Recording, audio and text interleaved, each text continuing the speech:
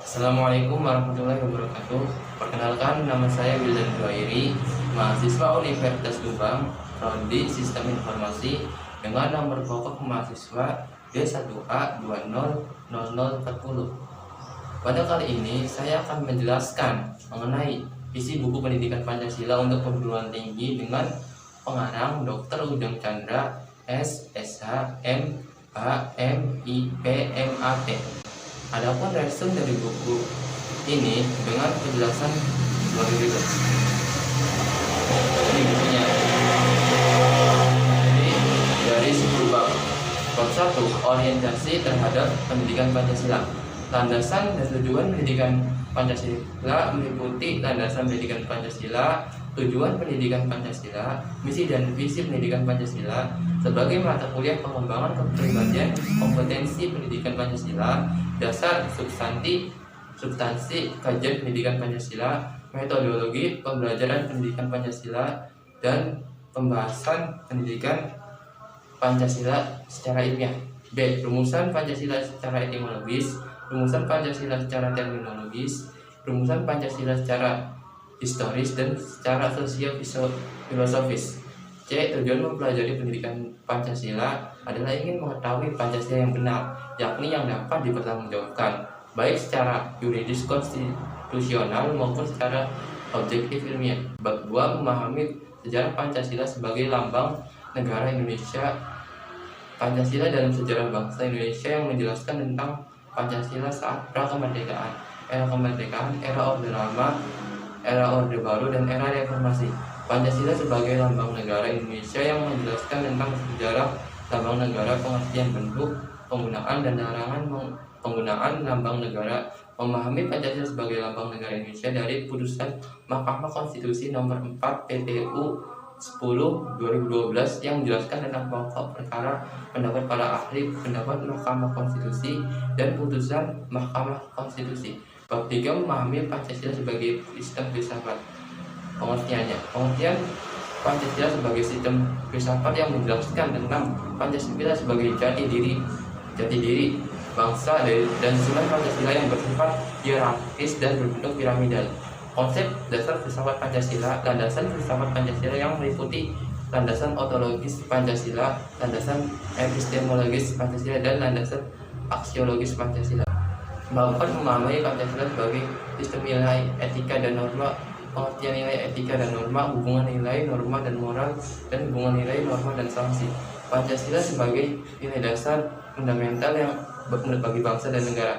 Bab 5, memahami muatan sila-sila dalam Pancasila. Hakikat nilai-nilai yang terkandung dalam Pancasila itu hakikat abstrak, hakikat pribadi, dan hakikat konkret. Isi arti materi muatan sila-sila dalam Pancasila. Refleksi nilai-nilai keislaman dalam Pancasila yang menjelaskan tentang korelasi Pancasila dengan agama. Refleksi nilai-nilai keislaman dalam materi muatan sila-sila Pancasila. Bab 6, memahami Pancasila sebagai ideologi bangsa dan negara. Pengertian ideologi, makna ideologi sebagai bagi bangsa Indonesia, perbandingan ideologi bangsa dengan ideologi lain seperti ideologi liberalisme, ideologi konservatif, ideologi sosialisme, komunisme, dan ideologi fasisme. Kedudukan dan fungsi Pancasila dalam tata kehidupan bangsa Indonesia. Memahami makna Pancasila sebagai ideologi negara dari putusan Mahkamah Konstitusi nomor 100 PPU 11/2013 yang menjelaskan tentang pokok perkara, pendapat ahli, pendapat berbeda hakim Mahkamah Konstitusi, dan putusan Mahkamah Konstitusi. Bab 7, memahami demokrasi Pancasila, perkembangan demokrasi di Indonesia yang terbagi menjadi 4 periode, yaitu masa demokrasi parlementer, masa demokrasi terpimpin, masa demokrasi Orde Baru, dan masa demokrasi era reformasi. Konsepsi demokrasi yang menjelaskan tentang pengertian demokrasi Pancasila, prinsip demokrasi Pancasila, dan penerapan demokrasi Pancasila di Indonesia. Bab 8, memahami makna dan kewajiban asasi manusia dalam Pancasila, sejarah perkembangan hak asasi manusia, istilah dan pengertian hak asasi manusia, macam-macam hak asasi manusia, pemahaman hak dan kewajiban asasi manusia dalam Pancasila. Bab 9, memahami Pancasila dalam sistem ketatanegaraan Indonesia. Isi arti Pancasila dan pembukaan Undang-Undang Dasar 1945 Isi arti Pancasila dalam pasal-pasal Undang-Undang Dasar 1945, kedudukan pembukaan Undang-Undang Dasar 1945, hubungan antara pembukaan dengan pasal-pasal dalam Undang-Undang Dasar 1945, hubungan antara pembukaan Undang-Undang Dasar 1945 dengan Proklamasi 17 Agustus 1945, perubahan Undang-Undang Dasar 1945, struktur ketatanegaraan Indonesia berdasarkan Undang-Undang Dasar 1945. 10. Refleksi Pancasila sebagai paradigma reformasi dalam kehidupan masyarakat, berbangsa, dan bernegara. Seperti pengertian paradigma.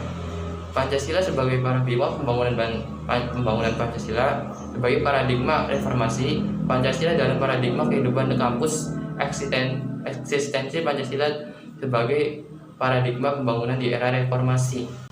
Dari penjelasan yang telah saya jelaskan, isi buku pendidikan Pancasila ini mengenai pendidikan Pancasila. Pancasila adalah dasar negara yang mempersatukan bangsa sekaligus bintang penuntun yang dinamis yang mengarahkan bangsa dalam mencapai tujuannya. Dalam posisi seperti itu, Pancasila merupakan sumber jati diri, kepribadian, moralitas, dan haluan keselamatan bangsa. Oleh karena itu, pendidikan Pancasila sangat penting diajarkan agar setiap insan di Indonesia dapat memahami nilai filsafat hingga tujuan kita bernegara dan berbangsa. Buku ini dapat dibaca oleh mahasiswa-mahasiswi dari berbagai fakultas dan jurusan di seluruh perguruan tinggi di Indonesia. Selain itu, dapat dijadikan pula sebagai bahan bagi para pengajar pendidikan Pancasila. Buku ini pun dapat dibaca oleh para praktisi dan birokrat untuk memperkuat basis ideologi kebangsaan yang bersinergi dalam membangun peradaban bangsa secara paradigmatik dan aplikatif serta mengimplementasikan nilai-nilai Pancasila dalam kehidupan berbangsa dan bernegara. Demikian ya buku ini saya untuk mata kuliah pendidikan Pancasila. Wassalamualaikum warahmatullahi wabarakatuh.